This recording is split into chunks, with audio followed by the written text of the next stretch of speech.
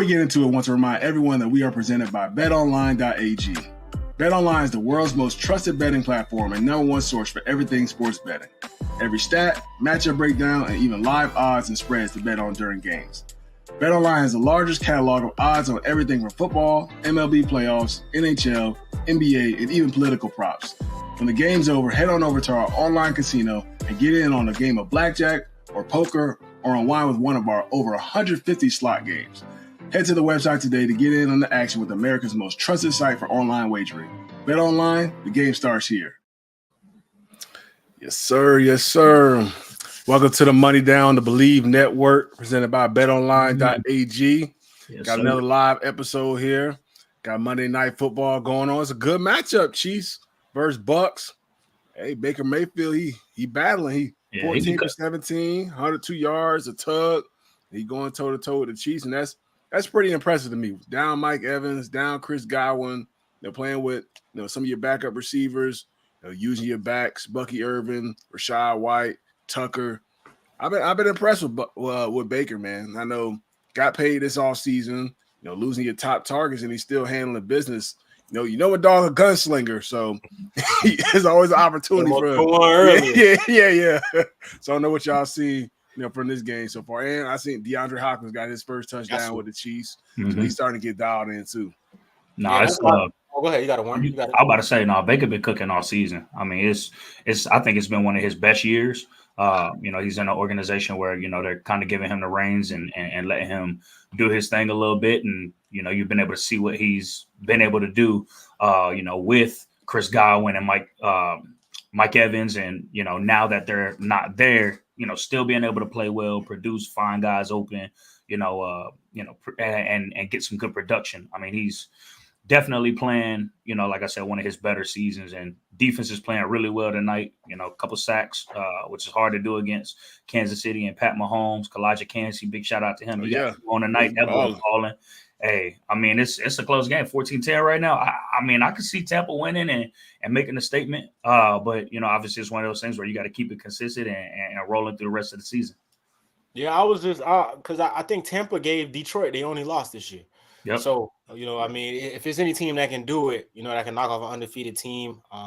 Obviously, Bate don't got the weapons that he had, when he played Detroit. But for him to still be in this game, actually be leading against, the defending champs, the number one team in the NFL, without, really two of the best receivers in the game of football. Not the best, but you know what I'm saying? Like, can be put in that best combination. Combination could be the best combination for them to still be able to fight and still be able to move the ball, put points up on the board. You got to get it high to him. But for me, it's been D-Hop. I'm excited and happy to see him, finally to get it going in KC. I think last week was his first week. But he's definitely getting targeted a lot, been making a lot of plays in the passing game, scored his first touchdown in KC. And, I think that's a start of what he's going to be able to do, in the foreseeable future for this season for KC. Yeah, man, Pat Mahomes dialed into 18 for 24, 166 yards, a tug. And then you got DeAndre Hopkins done caught 6 receptions on all 6 targets, 66 yards, and a tug. So I think the more weeks, him and Pat Mahomes started to keep building that chemistry, the sky's definitely the limit. I think he still has a lot left in the tank. What type of presence he presents at the receiver position, can make any catch. He's not going to run past you or nothing, but he's going to find the spots in the zone. We're going to run physical routes, going to throw your ass out the way if you a DB. But I got to respect it. I'm glad he landed somewhere where he could potentially go win him a chip, because he's been in some tough situations. I heard it like 14 different quarterbacks. It hasn't affected his production. He's always been very productive.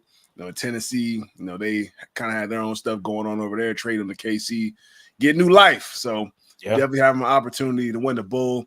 We had some other, Week 10 solid matchups going on in the NFL. I know one of the big ones I got to call, that game, the Lions and Packers. It was in the rain and everything. And, man, to watch the Lions in person, man, them boys like a well-oiled machine out there. Them boys is truly dangerous. You got 2 backs gonna do their thing. Got Jared Goff and the offense, and like it kind of reminded me of us, like with the Patriots in the rain. It didn't affect them whatsoever. Them boys was clicking, no drops. They're catching the football, get vertical, going for it on 4th down, and Like they didn't care. Like, and it was cool to see on the first possession of the game, I think it's fourth and goal from like something like that. Fourth down from like a 4-yard line. Dan Campbell, first possession, he going for it.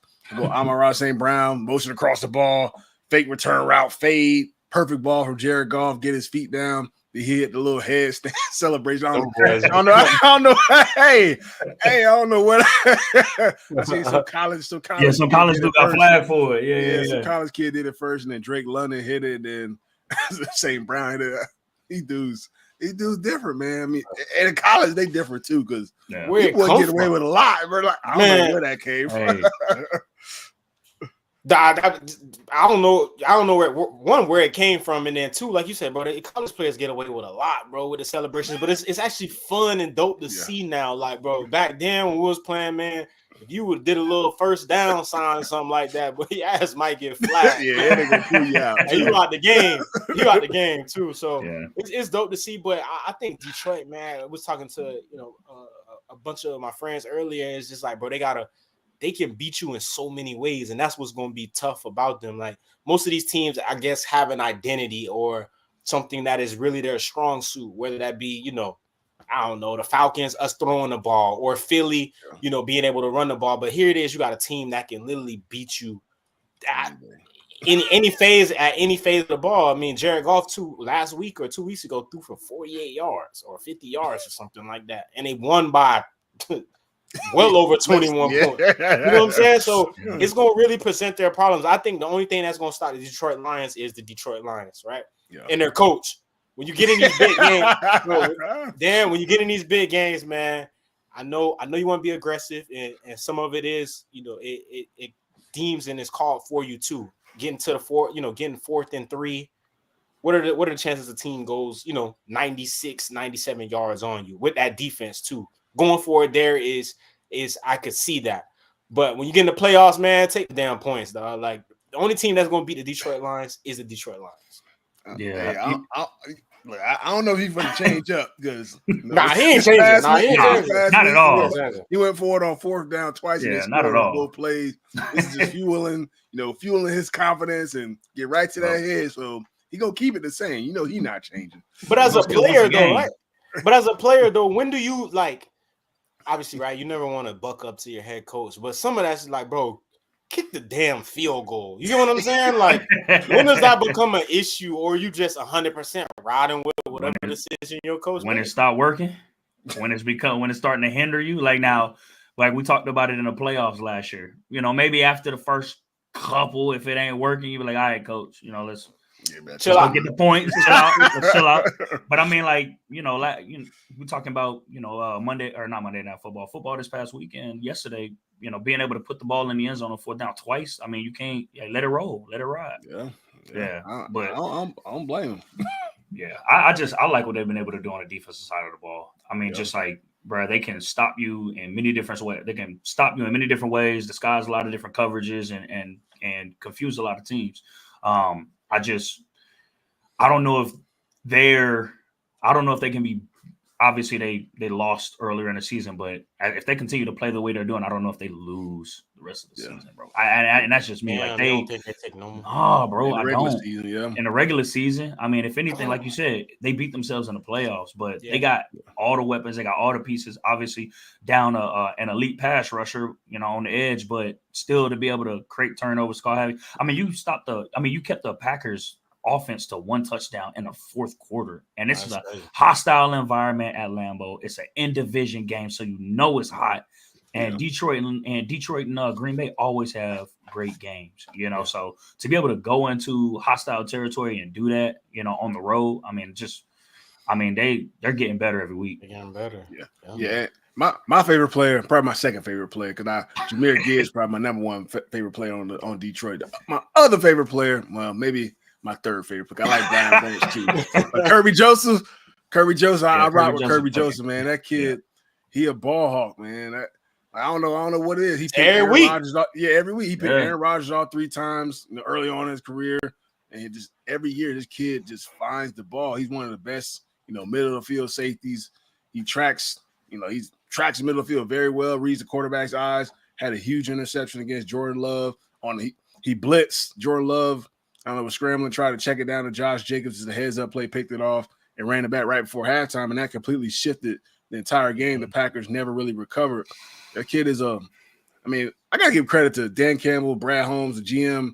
They done hit on every single one of their draft picks over the last couple of years. So, shout out to their scouting department, GM, everything. They've been doing their homework and getting the right people in that building. And look, that just goes to show, man. Just because even last year when they drafted Jahmyr Gibbs and then Jack Campbell from Iowa, people was like, why you draft them two people? But home run picks, both of them. Home run picks, yeah. Productive and doing what they need to do, in their system. So, gotta give them a lot of credit there. Was Branch last year? Yeah. Branch last year too. Yeah, last year. Yeah. Last year was a rookie year. Yeah, they had three first round picks. And Campbell, Gibbs, and then Branch. Yeah. All of them hit. No, all of them. What Jameis Winston, what, this year too? It might be year 3 for him. It might be year 3 for Jameson Williams. He been there for a minute. It might be year 3 for him. Mm-hmm. I don't know why I feel like it's year 2. Yeah, he got hurt. He got hurt. His what? Well, he was coming off injury. His rookie rookie year. Yeah. Oh yeah. Let me confirm that. Let me look that up. I don't want to lie. Let me look it up. I ain't gonna lie, that's scary, y'all boys. If this year 3 for him, boy, Tom zooming. Let me look it up. Look it up for Jameson Williams in 2020. Yeah, let's see. This year 3?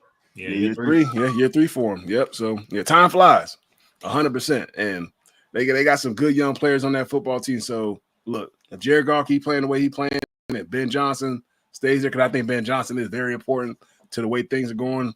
If he don't ever leave, that's a scary combo. But this year he might be up out of there. Sure, he playing. Thanks about to be calling. They DC Glenn. Aaron Glenn too. Right? Aaron Glenn. Bring Aaron Glenn back, as a head coach. So in the league, bro, you got a short window and when you got to win, because people you either gonna have to start paying players or letting people go, or your coaches and stuff. If y'all being successful, the boys gonna get head coaching jobs, or you know what I'm saying, they're gonna move up. So, but it's dope to see. Dope to see a team like Detroit, because when I was a kid, man, Detroit been doomed. Man. But you never know though. I mean, look, I know Steve Spagnuolo. He's much older than Ben Johnson, but some coordinators are just smart. They like to stay put. Like, look, if we winning, y'all pay me a good amount of money, I'll stay put. You know what I'm saying? If we keep winning, pay me what I deserve. I mean, it ain't gonna be head coach money, but the security gonna be there. And if you're able to keep all those guys together, hey, you never know what you can do. Turn to a little mini dynasty. Go toe to toe with the Chiefs year to year. So I don't know what they end up doing, but they got everything clicking over there. Sure. Any other games y'all was impressed by this past weekend? I know what else we had. Baltimore they beat down Denver. I know Buffalo, Miami. Do I need to say it? I ain't gonna. Before you go, Warren, I ain't gonna lie to you. I hate this, bro. I'm impressed, bro. LA, just what they were, bro. Yeah.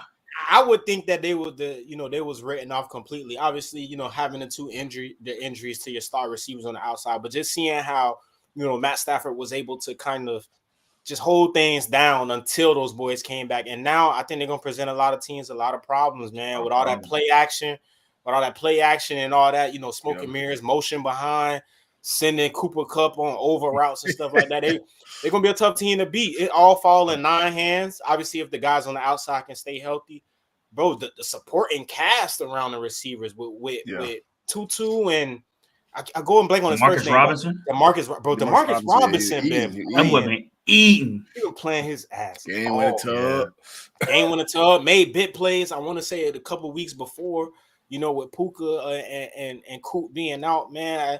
I think they're an impressive team. And then also just having to go to Seattle. Seattle's one of those teams that's right. They on that verge of, being a playoff contender team, or if they don't get it right, they're going to be at home. Yeah. So shout out to the Rams, though. If they keep playing the way they playing. Damn it, Warren.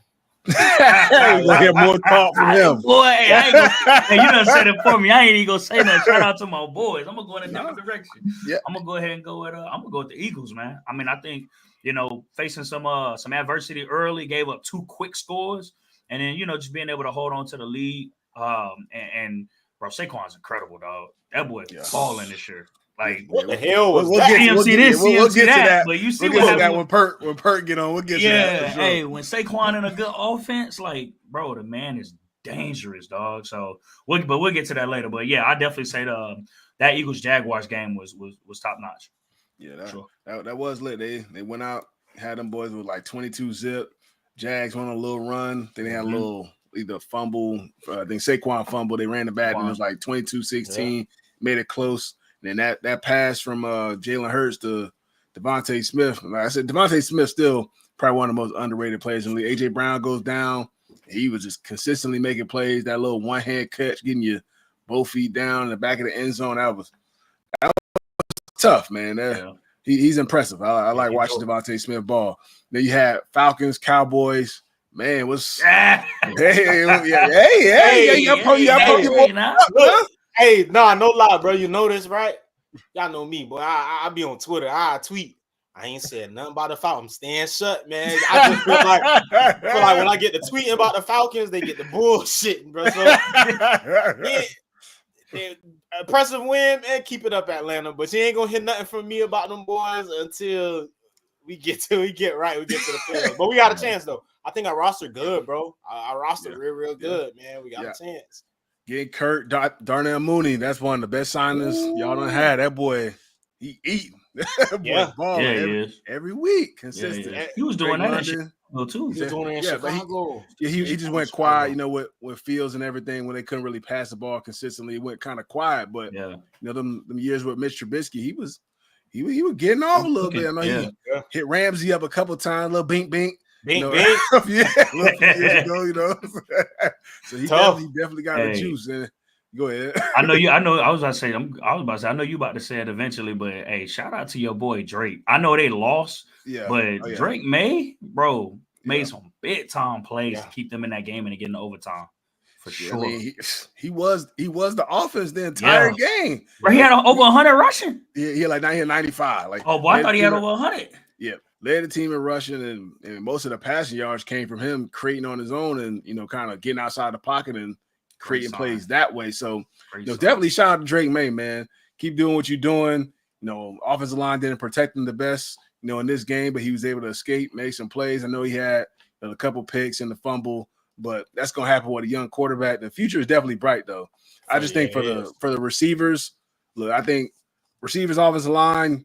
We got to step our game up, man. We got to help this young quarterback out. We don't need him, having to do all this every single week, creating, kind of taking even more of the onus to make the offense work. If you're a receiver, create some more separation. When the ball comes your way, catch it every time. Make the game a little bit simpler for the guy. I know he's been pretty impressive so far.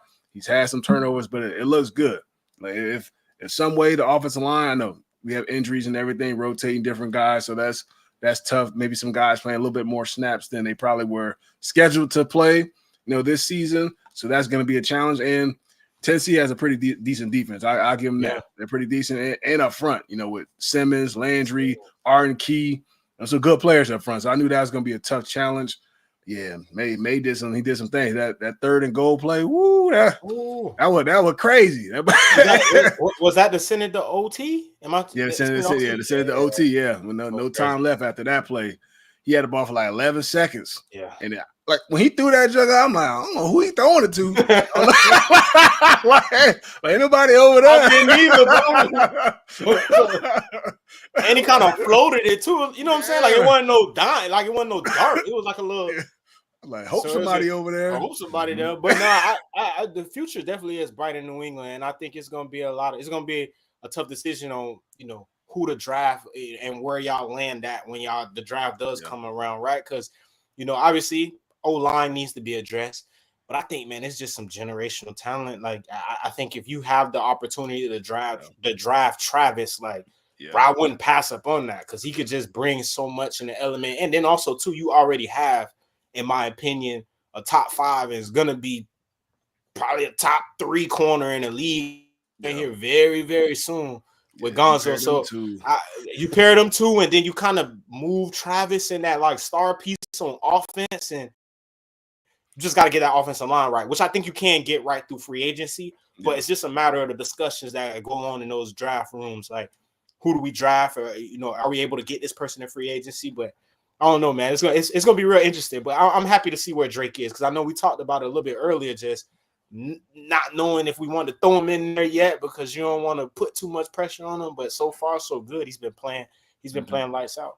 Yeah, he's definitely been handling his business. And as of right now, the Patriots got the number 1 overall draft pick if the season ended today. So, Louis, I mean, I know we want to win football games, but having number 1 overall pick, you definitely got a lot of collateral in your pocket. You got, man, you know what I'm saying? So it's gonna be some different ways. Wayne, think of that. They're gonna trade back and get a couple. You can trade back, but I would definitely stay within that top 5, because, as So said, if you can somehow get Travis Hunter, you trade trade back to number 3 or even like number 2, whoever has the number 2 pick. Get Travis Hunter pairing with Christian Gonzalez. Hey, now with the Gerard Mayo, DeMarcus Covington defense that you're gonna play a good amount of man coverage, and you got 2 guys that can lock up. Really strap. Yeah, really strap stuff, man. Look, that's you can get your offensive lineman in the second round, or if you have I don't know if we have 2 first-round picks. We might have 2 first-round picks. You can get you an O-lineman in the top 10, top 15, wherever that is. Look, you're gonna be cooking with grease. So I know we are losing, which is we want to win games, but I know I hate to say it, but it's losing pretty good at this point. You know, Tank for Travis. But I want to go back to Glory that. days got sacrificed, boy. Yeah. You can only have so many years of success before some tough start to happen. So hey, but it's not all bad. You got your quarterback already, so you set there, and you just got to find the little pieces around him. So I don't think it's all bad. Just protect the guy. Offensive line, do whatever you can to protect him and allow him to do whatever you can. Scheme wise, chip on every play. Make sure this guy stays healthy throughout his whole first year and allow him to grow. And hopefully there's no relapse, throughout the year. I want to go back to the Falcons-Cowboys game. What y'all think going on with it? Not about Falcons. The Cowboys. I can't talk about the Cowboys here. Like, I know they missing Micah and Lawrence and everything, but what y'all think going on there? Because even with Micah, that defense was sputtering a little bit. You seen what Dak Prescott said on the sideline? Hey, he read his lips. He said somebody suck. He said we suck. He said we effing suck. Hey, reality's starting to hit, man. Week 9. Yeah. Man. Listen, I don't know. And I'm one of them coaches that I be fighting for Mike McCarthy, dog. Like he ain't the problem, but I just feel like, bro, it might be that time, and good coaches get fired too. Good coaches get let go too. Yeah. Sometimes you need a fresh start somewhere else. It's going to be a lot of head coaching jobs that's going to open up this off season. And I mean, it just might be a change. It might be need a new start in Dallas, bro. But I think it starts from up top. Like if they serious about trying to get to that next step, I don't know who. No, you can't get rid of them, obviously. But I don't know who. But somebody got to have that conversation. Yeah, I get it. You're the owner of the team. You want to be but sit your ass down somewhere. Like somebody else. Retire, enjoy your life. Yeah, you know what I'm saying? Sit in the booth, have your little suite and all that stuff. Walk on the field, But all this, you being the GM and the manager and the media and stuff, like, bro, need to stop. Need to slow down. Like that camera time. He like the attention. Yeah, he put too much pressure on his team, man. Them boys can't. They can't. The brand too. The brand already. Yeah. The brand already. What it is, fam. Yeah, that's hard. It's always gonna be famous, from years past. They ain't, as of recently, I don't know why, but they can't get right, man. Yeah. I saw like a little play, with Trevon Diggs. It's like on a third down play or something. He couldn't find his man, and before the ball was snapped, he finally finds his man-to-man coverage. They run a pick play. He tries to go underneath instead of going over the top. He kind of in the middle of the play, waving his hand, looking at the sideline. Do run up the sideline, go score. Darnell Mooney. He looking back at the sideline and stuff like I don't know. Just looks sloppy, on both sides of the ball. Like whether you can attribute that to coaching or whether the player just done lost it. They not committed to it no more. Like I'm not sure. But like so said, I mean, it may not be on Mike McCarthy, but that's just the way it goes sometimes. You just need to switch things up and got to go a different direction. But I do want to talk about in your division, Warren, them Arizona Cardinals now. Hey, they lead the division, place. right? Yeah, leading that division now. When they put it on Caleb Williams and the Bears, got after him, had a bunch of sacks, a bunch of pressures on him. Could never really get comfortable. Kyler did pretty solid. I saw Marv had him. Hey, and now my dog had a little deal with Call of Duty now, so I don't know. I don't know he put that. I don't know he put that controller down. Everybody that talked him into getting him a Call of Duty deal. So shout out to him for spinning that. I gotta give him a ton of credit for that. Go get your bread. That clown me into a bag. So Call of Duty had to give him a little, a little something. He definitely be on Call of Duty. He was in I'm pretty sure he was in like the FaZe joint, the little FaZe clan, and all that stuff. So you got to be legit. You got to be gangster to be in that. Because Bronny was in that, all that. You know what I'm saying? But he didn't go too crazy. He was not 13 for 20, 154 yards. So he didn't do too much. James Conner, 18 carries, 107. So they didn't throw the ball over the yard. They defense, which is surprising. That side of the ball handle business for a defense that isn't known for getting after the quarterback, making plays, and doing everything. They did what they were supposed to do. They handle business. Did y'all see? Hold on. Did y'all see the news of Tyreek Stevenson once he found out that he wasn't going to be starting? He said he pulled himself out of practice. That's wild. That's wild. No, hurt. But he did it to himself, bro. Yeah, like you gotta put your time, man. You gotta get your stuff back. But that comes with locking in and staying away from all the antics. New generation, dog. Bro, it's different. The young boy throw, man. that I ain't gonna lie, fam. That's a cuttable offense, bro. And I don't, you know what I'm saying. I ain't calling for nobody's job. I don't want nobody fired or cut or nothing like that. But hey, come on, bro. What you just cost us a game last week. You mad because you mad. Well, you tell me what you would do. Like, you get what I'm saying? I don't understand that, bro. But at the same time, like, to pull yourself out of practice, like, yeah, I couldn't be no GM, man. I couldn't be no coach neither, boy. Woo! Hey, with a cut, buddy else. Now bring your ass back. No, you ain't going. Oh, we addressing this in the team meeting in front of everybody. I'm trying to see if you gonna quit or not. Because you cost us last week. You might not start the rest of the season. And you're in a division where you need the games. I'm just being real. Like, every one of them. Yeah. Detroit ain't slowing down. Minnesota ain't slowing down. Green Bay ain't slowing down. We need every game. What you doing? Yeah. And kind of on that same team, I don't know if y'all saw DJ Moore. It was a play with mid-play. He hot, bro. Nah, hey, DJ Moore hot, bro. He did cutting up for Chicago, dog. My dog walked over to the bench and sat down, dog. When Caleb started scrambling towards the sideline, he was kind of coming back to him. I guess he must have thought Caleb was going to throw it away. So, I mean, I don't know. Dog went out about Caleb started scrambling the other way. Dog went to the bench. But it's gonna be real, hot, bro. He mad. He can't get the pill. Oh shoot, bro. No excuse for it, but man, Caleb having a decent year though, right? He playing decent. I wonder what DJ want his stats. I gotta look at that. Let's see, man. Is it worth the bull? Like, man, just ain't gonna work, or so it's just one of them. It might have been one. He got 37 receptions, 334 yards. So he tied for 49th in the league right now. So he ain't going. Only got 3 touchdowns. But I mean, he wasn't going crazy like that with Justin either. But so I mean, what his stats was last year? Let's see. He's been a 1,000-yard receiver, right? In Carolina. Oh, in Carolina, yeah. In Carolina. When he had Cam. Let's see, 2023. No, he had 1,300 yards last year. Damn. Yeah, I didn't know that. All right, Joe face. Yeah. But All okay. right, then. Let me So stop. he got a reason to be bad, man. Let me stop. That boy a band short. where he boy, was at last and year. short, man. Oh, And no, we you getting halfway. that. Is it halfway?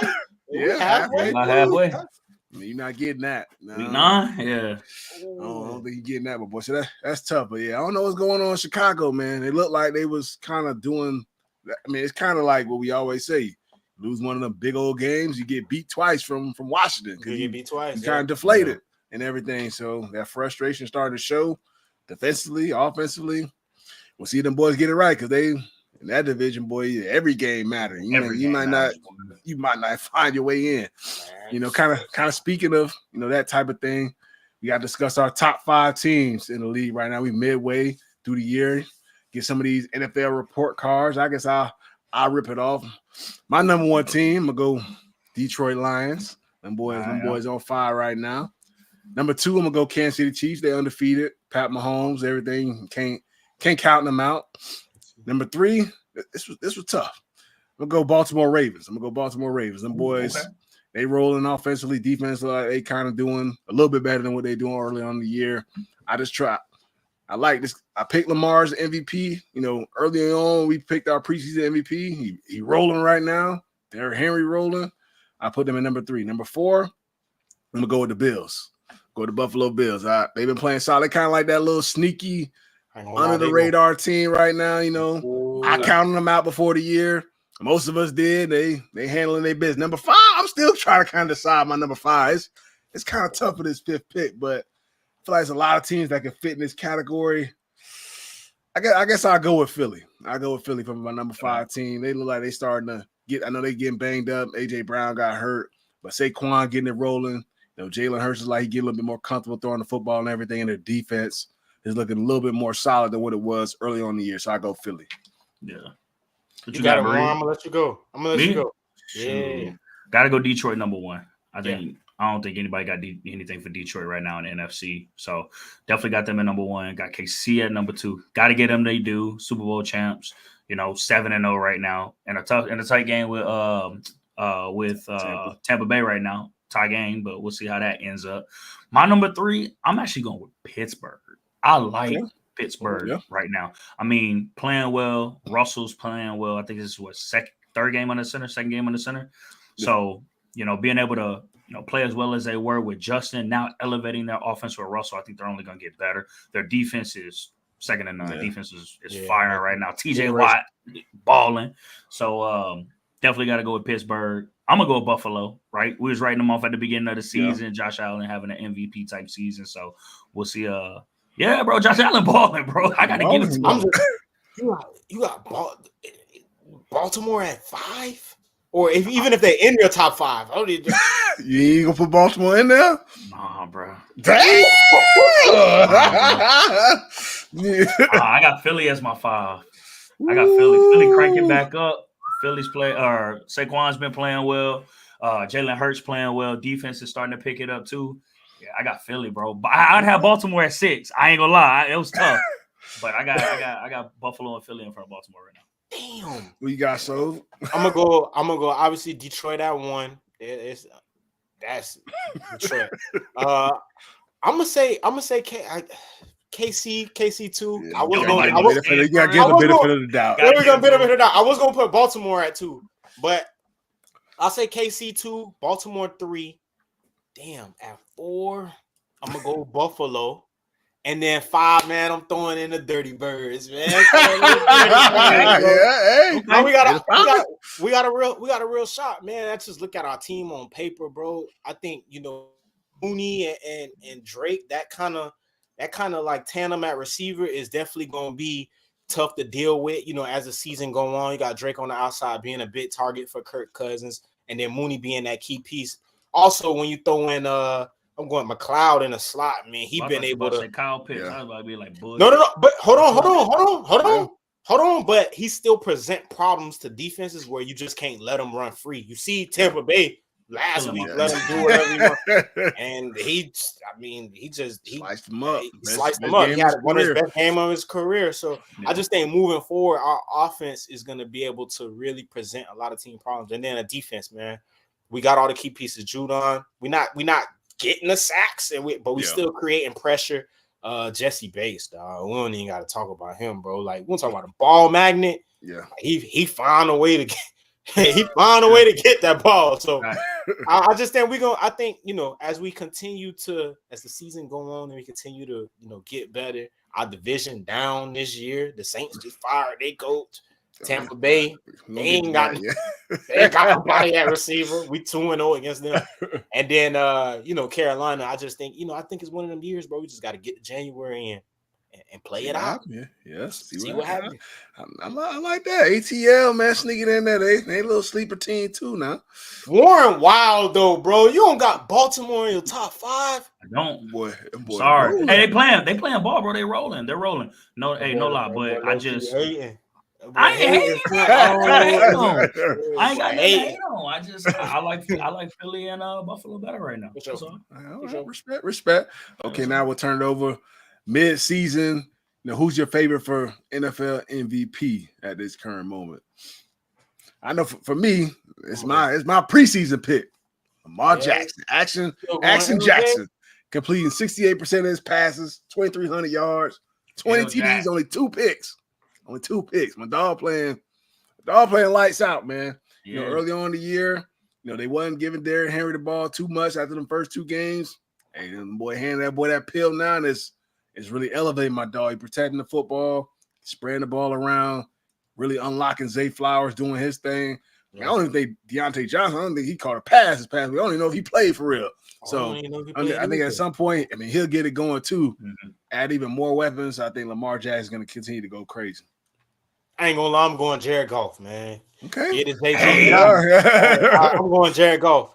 And I just think what he's able to do in Detroit is anything that's positive coming out of Detroit. I don't think is it shocking, right?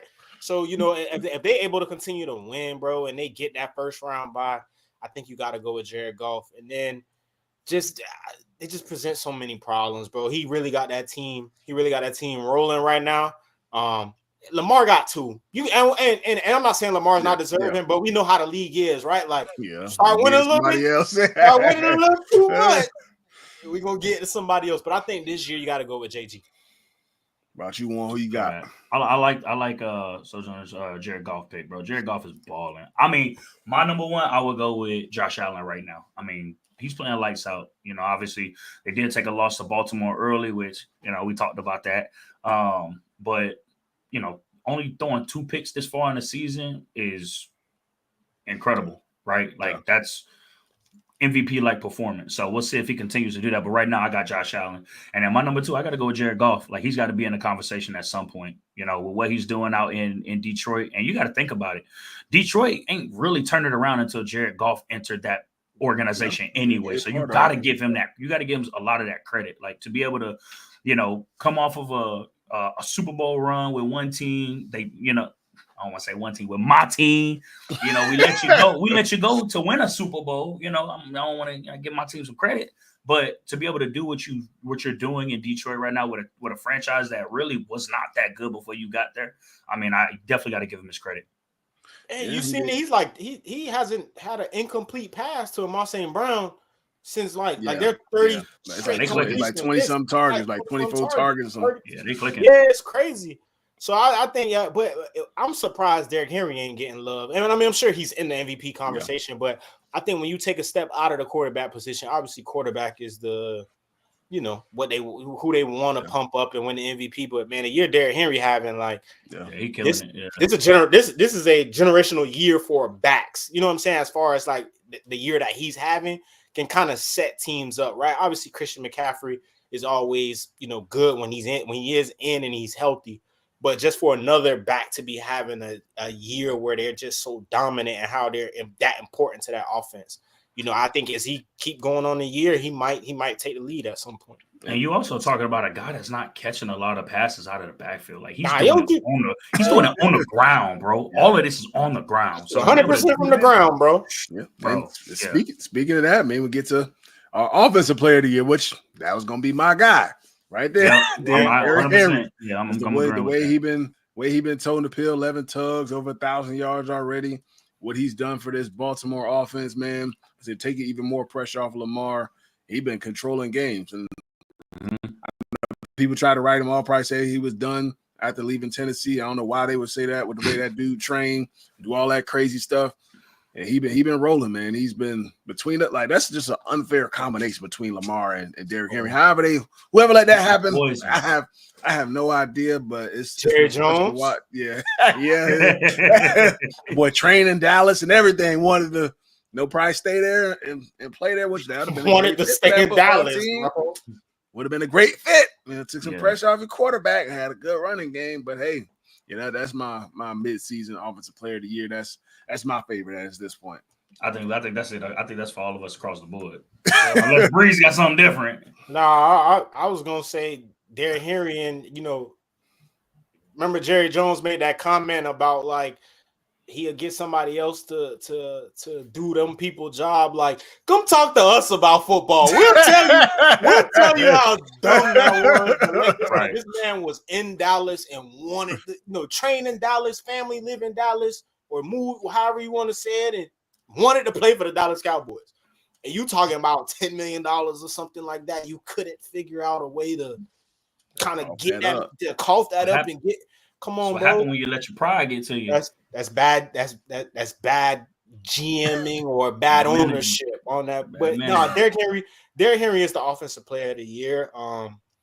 If he keep having the year that we having, I mean, bro, we might have to switch it up. Then he be the MVP, and he is so important to that offense to the point where it's like I know a lot of us thought in the beginning of the year, like, what was the point of getting Derrick Henry, because he is doing what kind of like their run game has always been good, but for him it seemed like he has taken it to another level. Like, it's gonna be hard to stop, bro. I think in the playoffs, the way to beat the Baltimore Ravens is gonna be stacking the box, taking Derrick Henry away, and trying to make Lamar Jackson beat you through the throw. Like, that's gonna be the determining factor.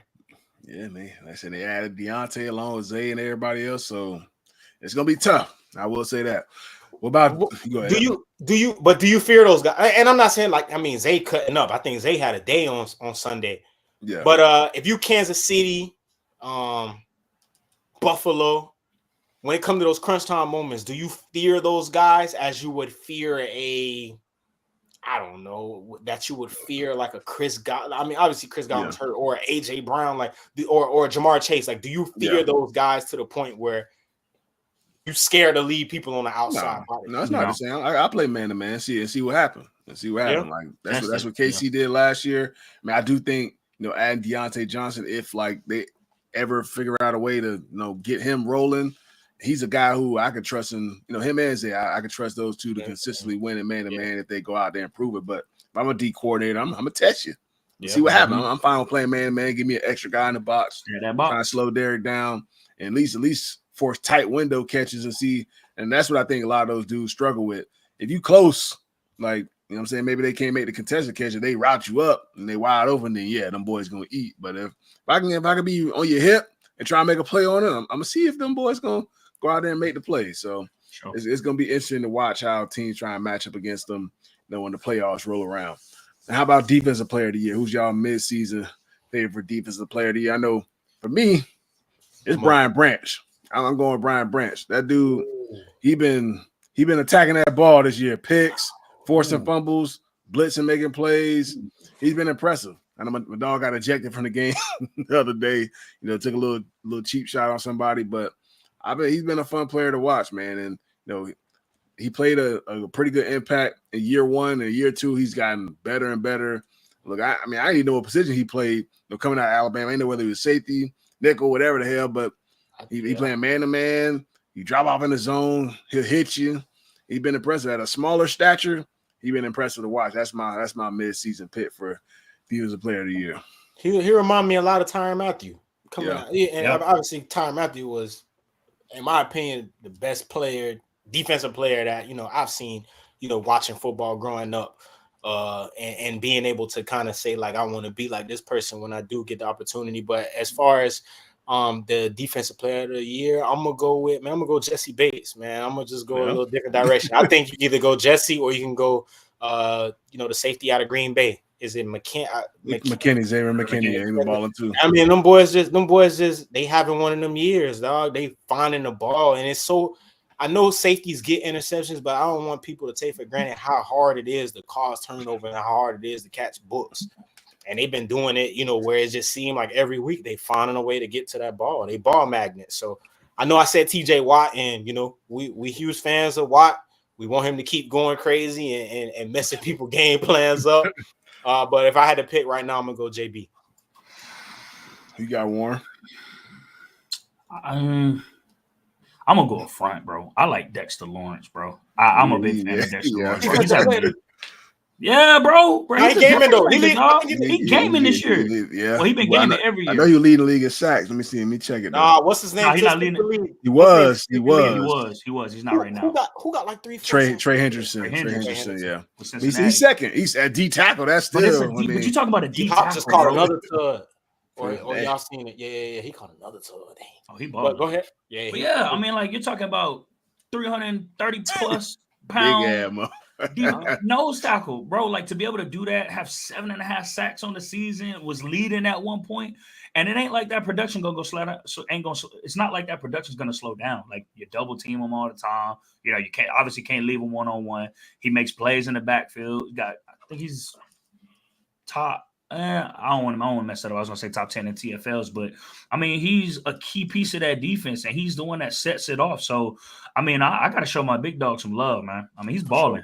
Yeah, he is the key piece of that defense. Yeah. He the key piece. The only thing that go against him is the team that he owned. They not really winning, so that's the only thing that gets. The only thing against him, but he definitely dominated. I don't play against them, motherfucker. He be on every play. Game right. I will say this about the Giants though. They are in a, I guess, conundrum. They are in a very important part of their franchise moving forward with decisions they're gonna make, because their D-line is good, right? Yeah. With Burns, him, and then Tibb on the other side, like they gonna have that pass rush that they had when they went on their little Super Bowl runs. When they can rush forward. What's that? What's his name? Ojulari or something like that. So they got the pieces that I guess kind of keep improving. Malik Neighbors on the other side of the ball. You just got to figure out what it is to get them over that hump.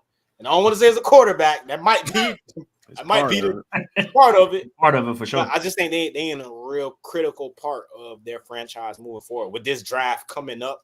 Yeah, just moving forward for the rest of for the next couple of years. Mm-hmm. Yeah, some interesting decisions are gonna have to be made this offseason. What about rookie of the year? Who y'all got? I mean, probably all of us probably had that. I mean, Jaden Daniels. That's what I'm gonna go with. He been smooth out the gate. Leading his team at the top of their division right now. Been impressive to watch for a young rookie. A lot of people had him as their favorite quarterback in the draft, even over Caleb Williams, and he's going out here.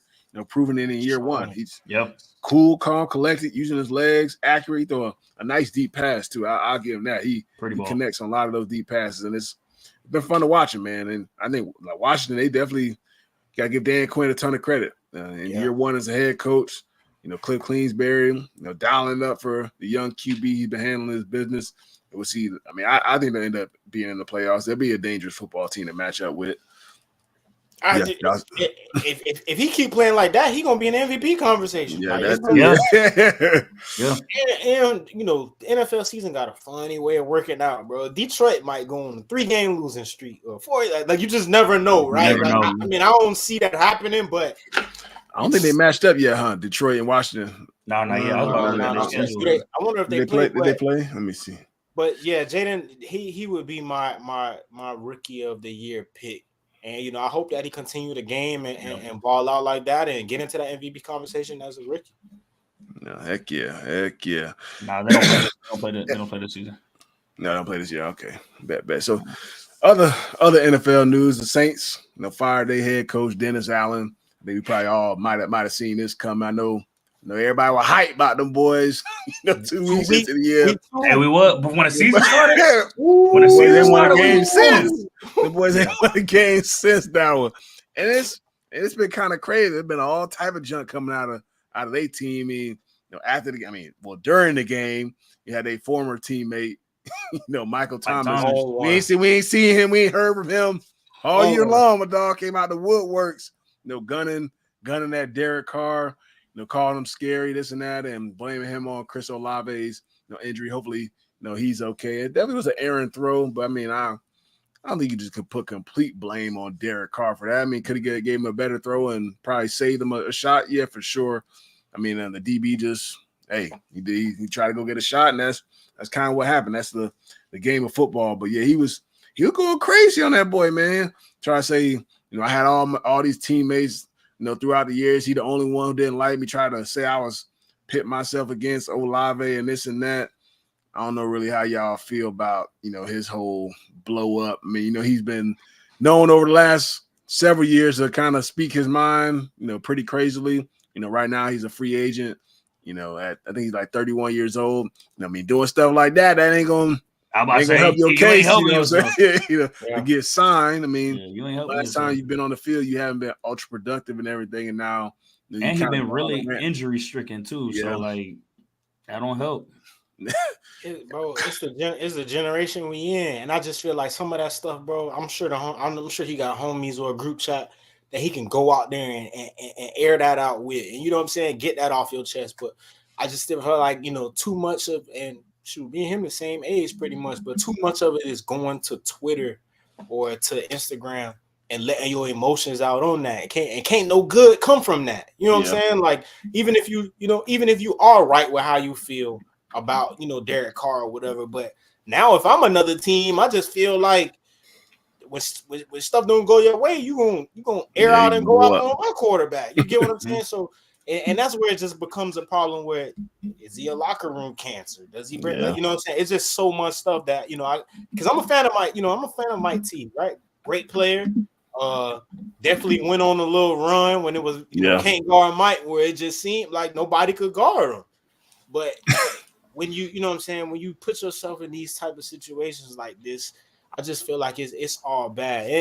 And to Derek Carr's credit, Derek Carr says, I've even reached out and tried to call him. His number ain't changed. So it's bad, bro. But I just think, bro, we gotta do something as far as people getting on social media and letting their feelings out and they their emotions out, bro. Take that to the group chat or to your dog or to your homeboy, where y'all can talk about it and I can stay private in that. You can say whatever the hell you want to say. It ain't gonna get leaked out of that. That's like us, right?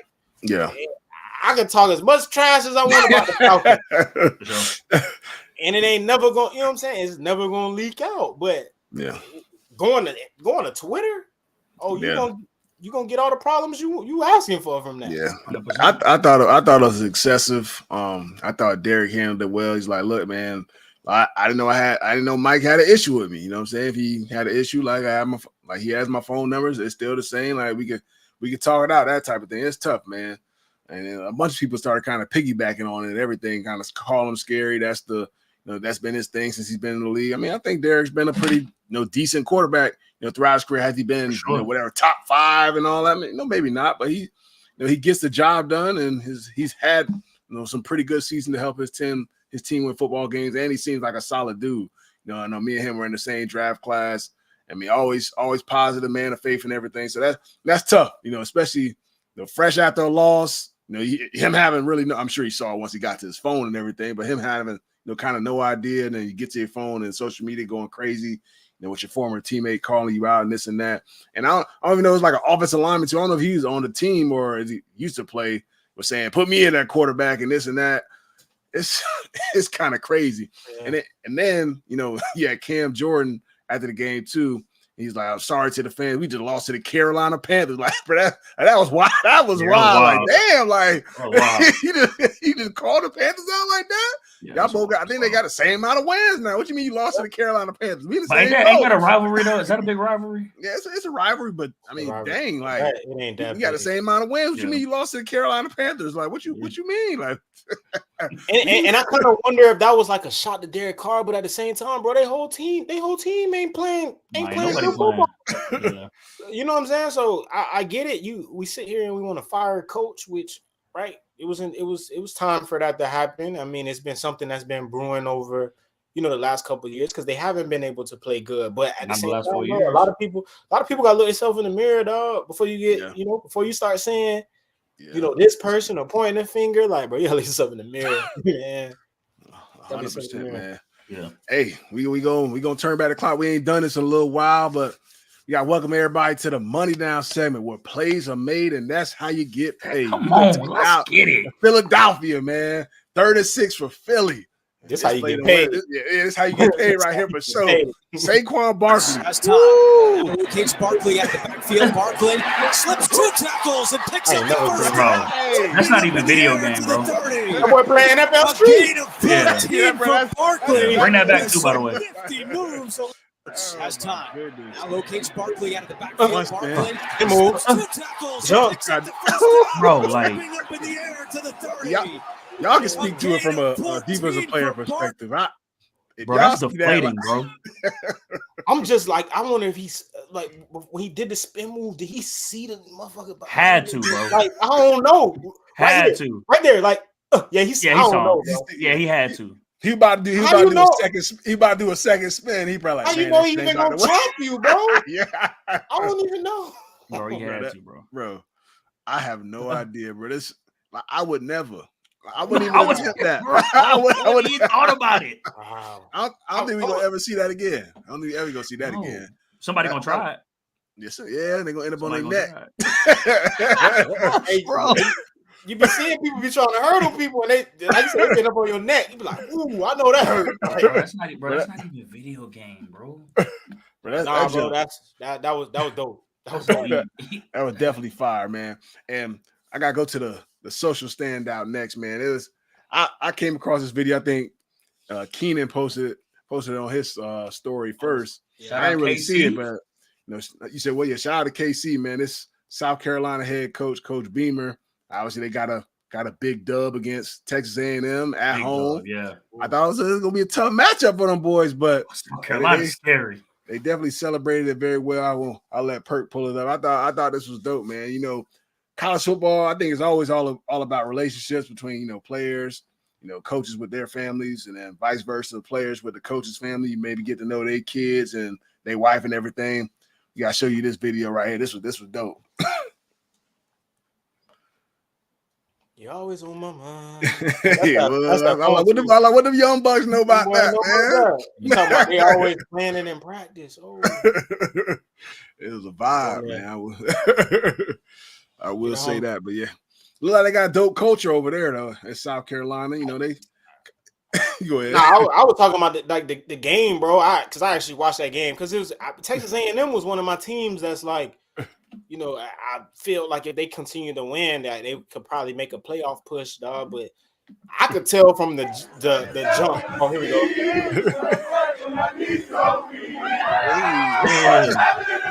It's my favorite part. Hold on.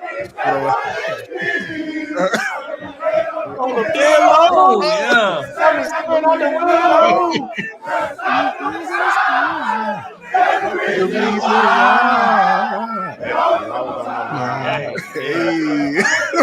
I'm trying to see. It's a great birthday, great birthday present. I told my kids all week that if we won this football game, all right, I was going to do a little celebration for her here in the locker room. Right. I'm going to need y'all's help, but we ain't singing happy birthday. Don't think it's that, all right? I know y'all sing this song at practice, so I'm going to need a little backup right here, but this is her little birthday. Hit it, Big Mike. Yeah, Big Mike.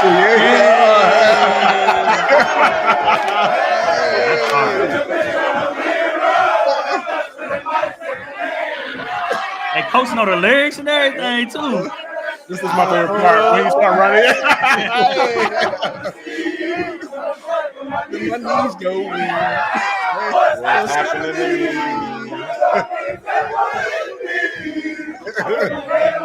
What say? All right, coach. Hey, let's pass the vibe check. Yeah. Yeah, that's called. Coach can come to the cookouts, man. He in South Carolina. You know them boys. Yeah, you know them boys probably cooking all type of. You know them country people, man. They eat. But coach, man, pull up, man. Yeah, man, pull up. That rabbit, that raccoon. Yeah, I'm about to say that coon. Them people. Hey, that coon fire now. That squirrel, that rabbit, it's tripping, fire now. Y'all tripping. Hey, don't knock it till you try it, boy. Did you say? You said squirrel? Mm-hmm. He eat all that crap, man. That's some country folk who like to hunt, do all that stuff. Do all that.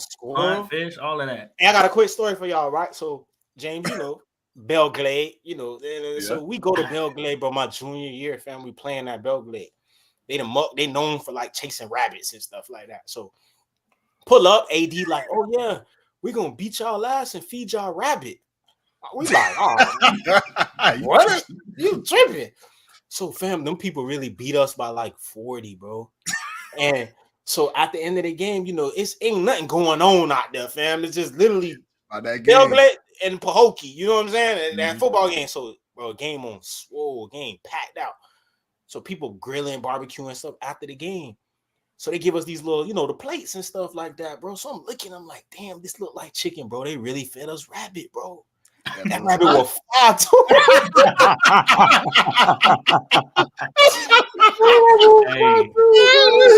They did that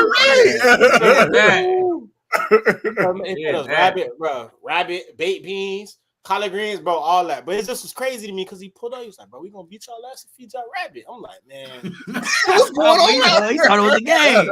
What? He said, what's going on here? People really gave us rabbit. Wow. Hey, but before we wrap, we got to talk about college football. You know, week 10, we had some pretty big games going on. The biggest one, you know, Ohio State, Penn State. Once again, Penn State, James Franklin just couldn't find a way to come through and get a dub. It always comes down to the wire, some decision making. I don't know whether y'all caught, you know, that final drive for Penn State. The boys ran Gator 5. I like Gator. I got a story about Gator too. Black and Gator. Yeah. That'd be smacking. And I don't know if y'all caught the end of that game where they ran 3 straight direct runs, and then on 4th down, they tried to run a little play execute, and the joint ain't work. But yeah, I thought it was just missed opportunities for Penn State. They couldn't throw the football, receivers couldn't get open. That's pretty much the story every time they play Ohio State. Ohio State just slows them down. They can't throw it, and it ends up being a 1-possession game, 3-point game, and Penn State just never can find a way to close it out. And it's tough, man. It's hard to win those type of football games. And Penn State, they one of them teams. They always on the cusp. They just can never get over that hump. And I don't know if y'all seen, you know, James Franklin's post-game conference where he was talking about, you know, probably most teams across the country would die to be in their position that they're in every single year, which is probably true. I mean, I probably wouldn't want to hear my head coach saying that. You know what I'm saying? Probably keep that to yourself because, you know, if I'm a player, look, I'm trying to figure out why we lost this damn game. We should have won. You know what I'm saying?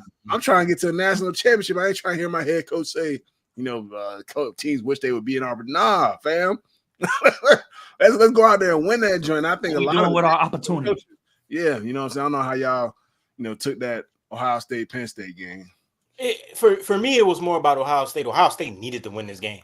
They did. Right? Like this was this is must win because if Ryan Day would have lost this, we'll talk about it being hot in Columbus. Like, and I'm a person. I think, you know, Ryan Day, he's been doing a good job of what he's been, but some people got a different type of expectation than Ohio. They want to win the championship.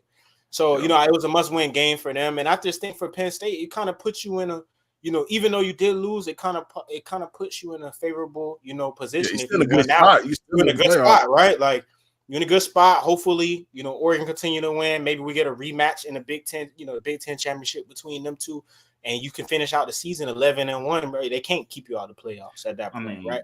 So we'll see.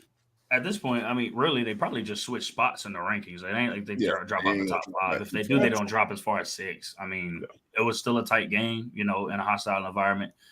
But my question for y'all is, does a night game make a difference? And do you think it would have made a difference? Nah. Okay. I'm just asking. I think it still came down to the same type of jump. They would have ran the same play they did.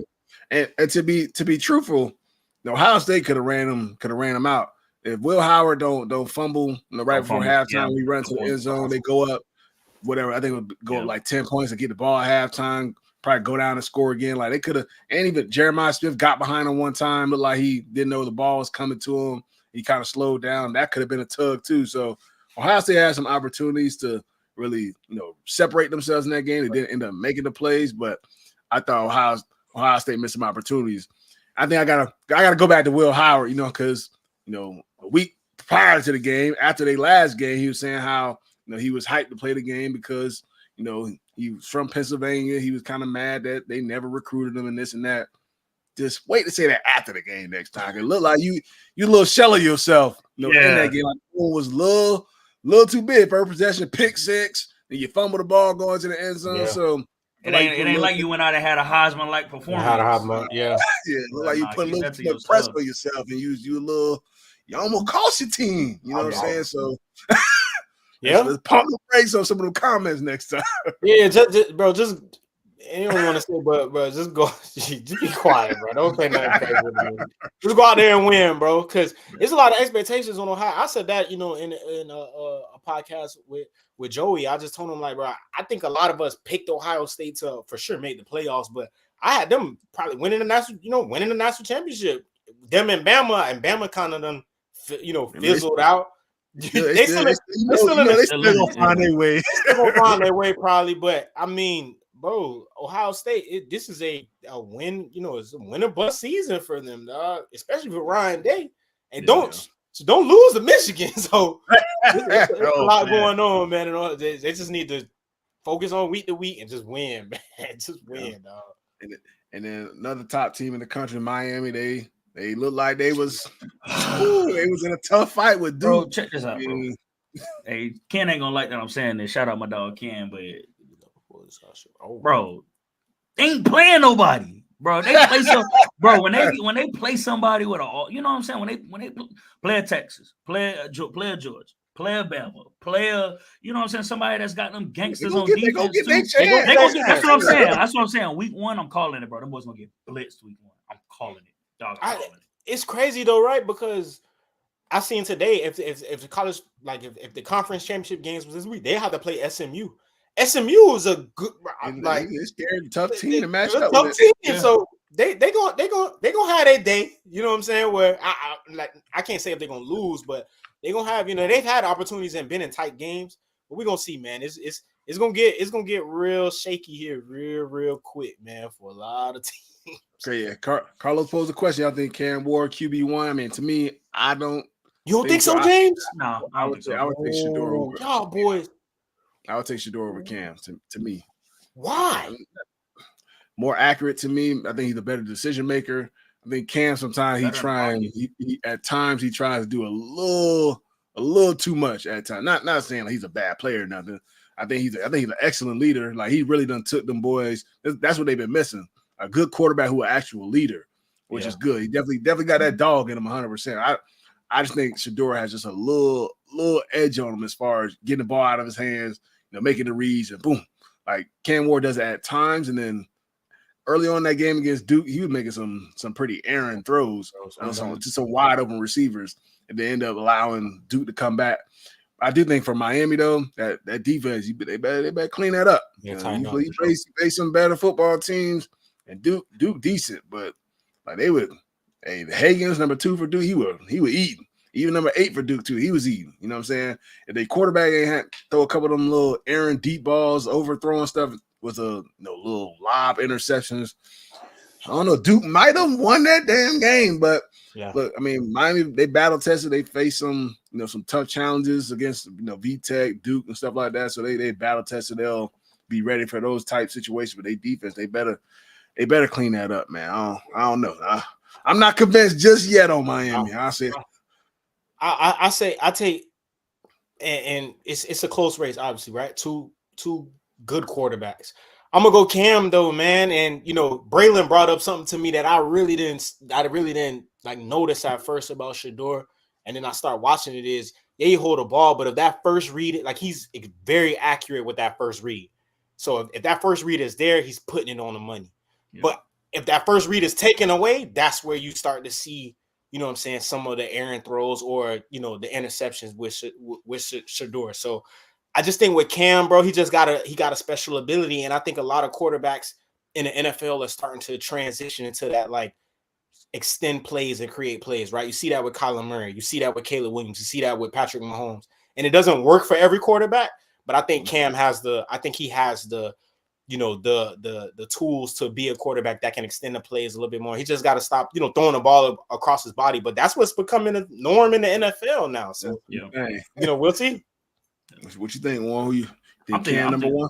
No, I think it's gonna be Shador. To be honest with you, Shador goes. I mean, I think he's in my opinion, I think he's a little more complete. I mean, just to be able to see what he's doing with Colorado. I mean, they're with the talent that they have on that team, being able to make plays. You know, offensive line hasn't really been the greatest for them, you know, all season, and yet he's still been able to sit in the pocket, make great plays downfield, you know, and throw off his back foot, get out of pocket, you know, extend plays downfield. So just because of what he's been able to do with what his, you know, O-line has been giving him, I like what I've seen.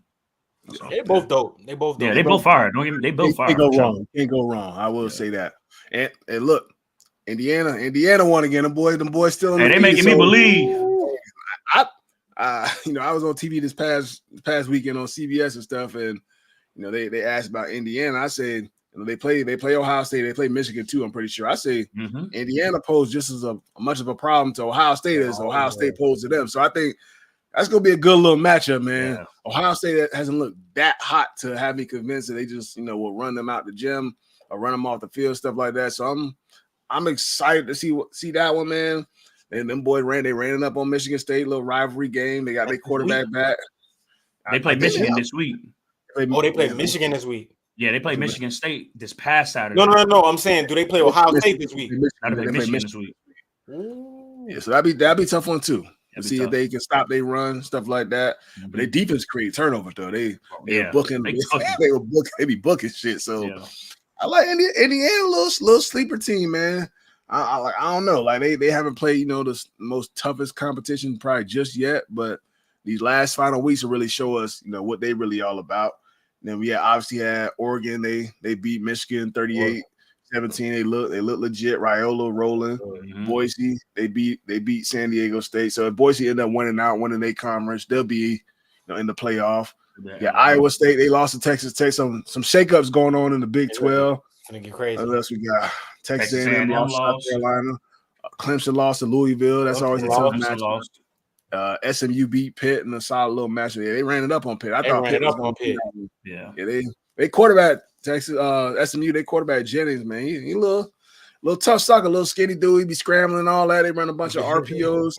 They a tough little matchup for people. So like if they match up with Miami, that's so said. It's gonna be interesting. and think about it. The last time Miami was in this position, it was good.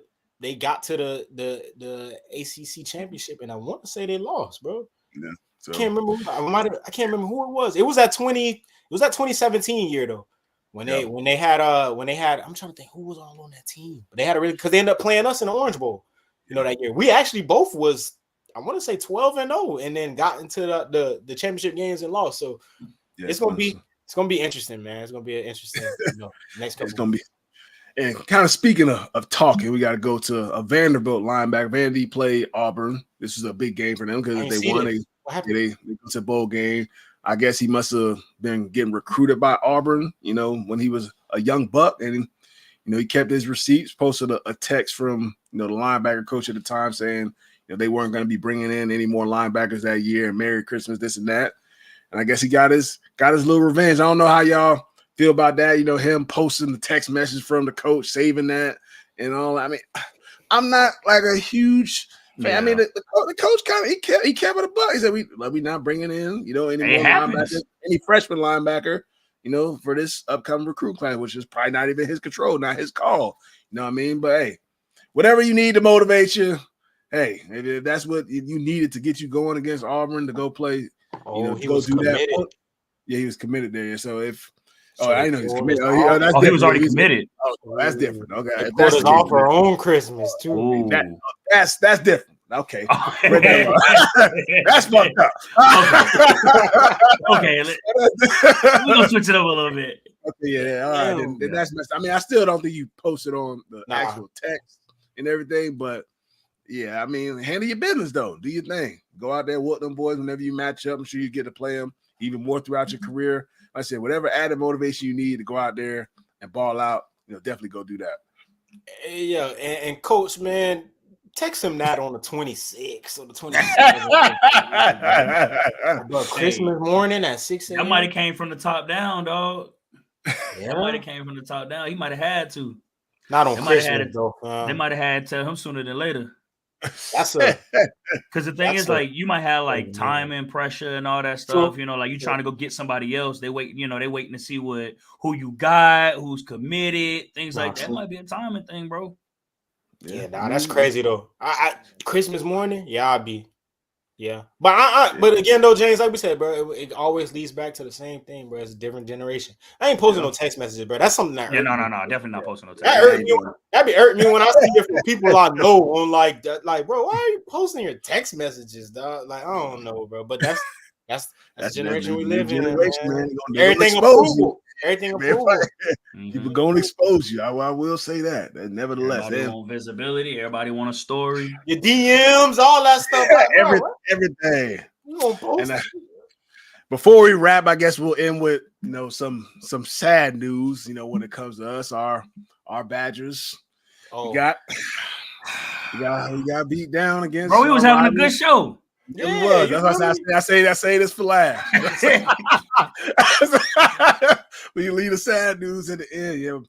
Badgers, we got beat 42-10 by Iowa for the Harlan Trophy. Man, that was tough to watch, and I know I told y'all like I was watching the first half, and then I had to catch a flight.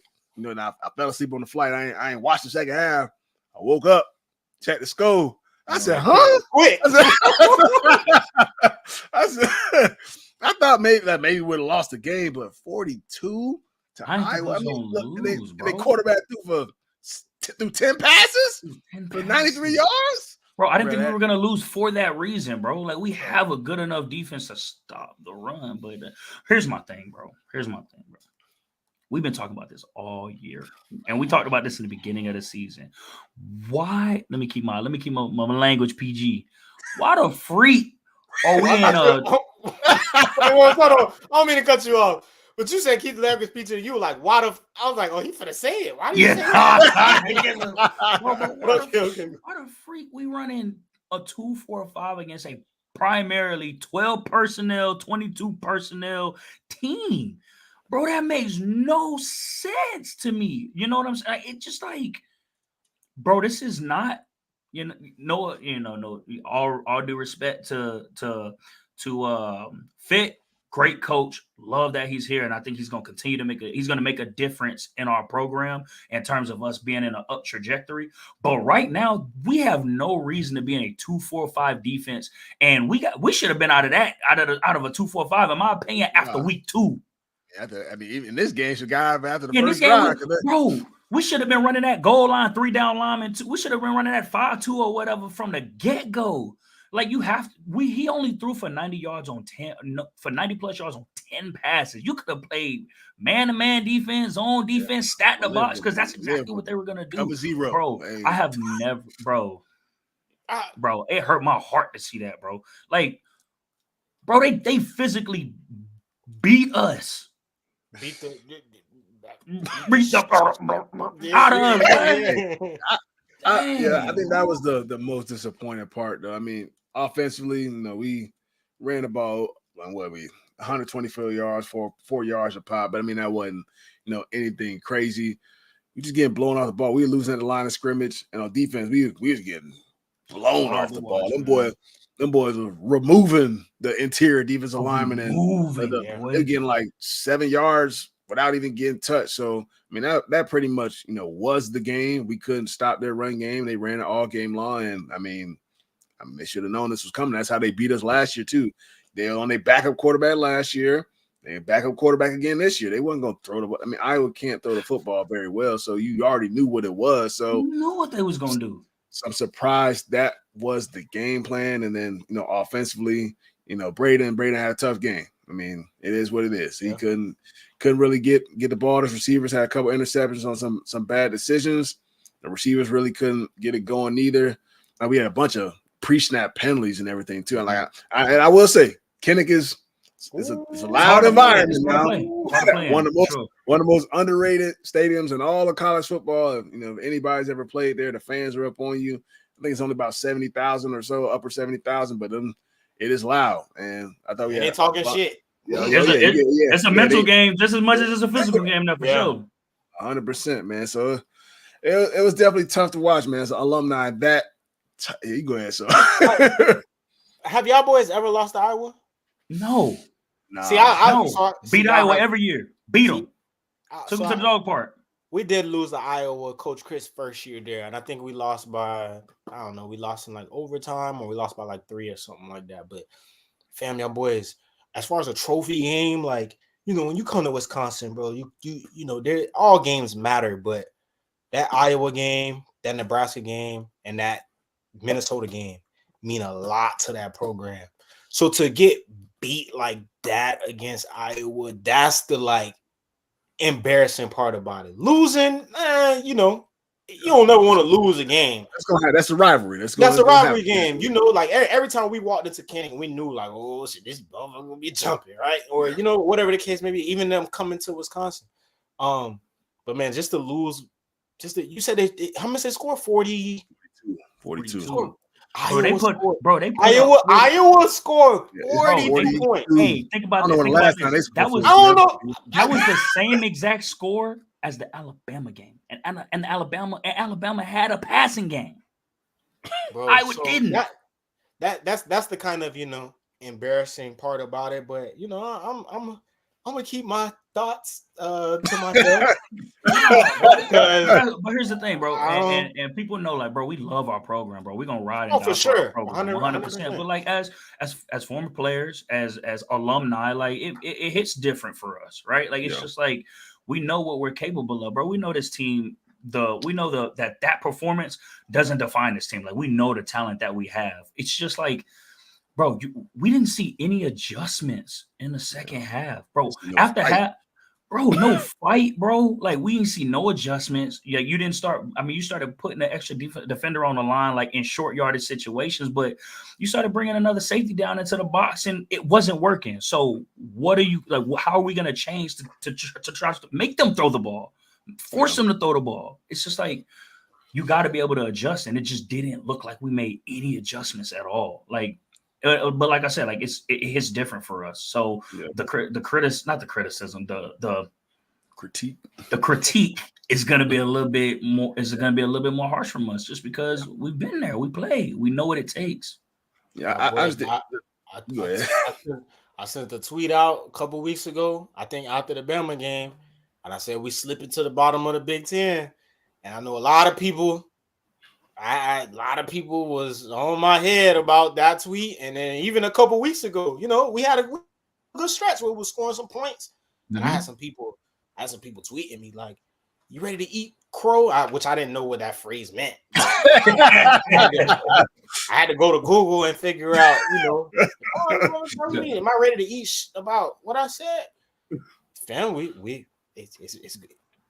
make no improvements. It's gonna get bad. Oh, bro, and you got to think Oregon and these teams that came over ain't playing. They're not playing with us. They're playing. You got to think, bro. You got to think who did we beat? We beat Rutgers. We beat Purdue. We beat Michigan. Bottom of the barrel. We beat Northwestern. That's bottom of the barrel. We should be dog walking them teams, and we should be beating some of these teams that we should have beat USC. We should have beat USC. We should have beat Penn State. It's just, I could say shoulda, woulda, coulda, but you talking about we have flashes here and there. What is it going to take for us to put a full game together? If we continue to play the way that we've been playing, bro, we might lose the rest of our games. And I hate saying that because, on Wisconsin all day, every day. And I'm going to take Wisconsin 9 times out of 10 against every single person we play. But if we continue to play the way, showing what we're showing, bro, we might not, you get what I'm saying? Might even make a bowl game. And that ain't never happened.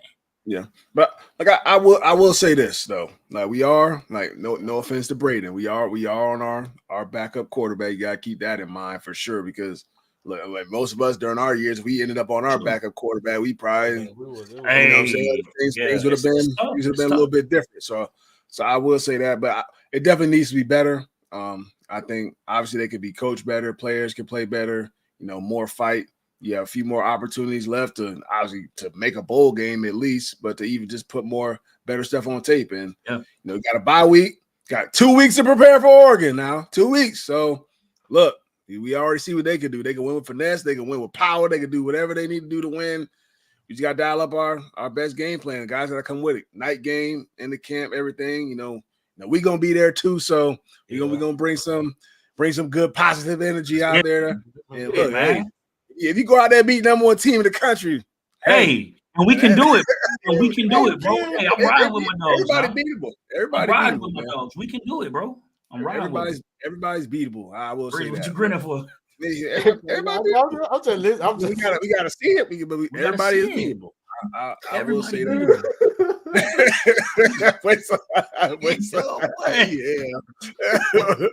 But no, y'all boy optimistic though. I am too.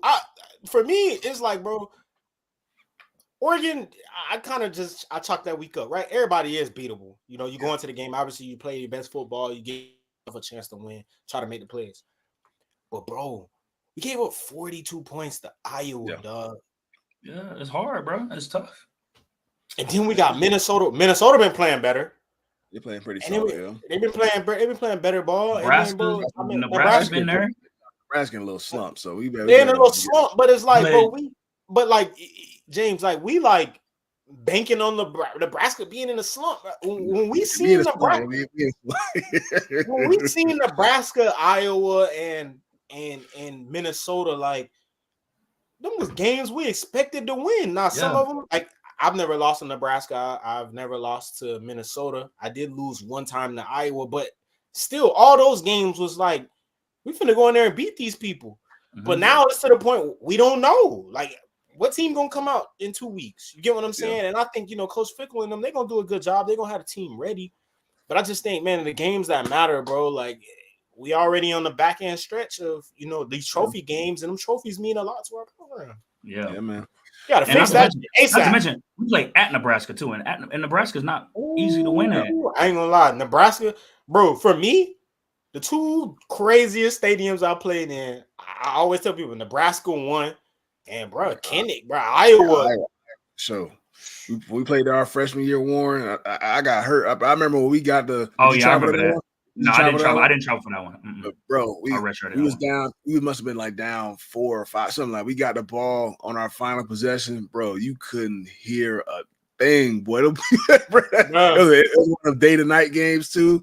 That just was dark. That thing was rocking. And it was like that, Breeze. It was like that in 2014 when we played Mel. Yeah, bro. Yeah. And them boys was after Mel. Hey.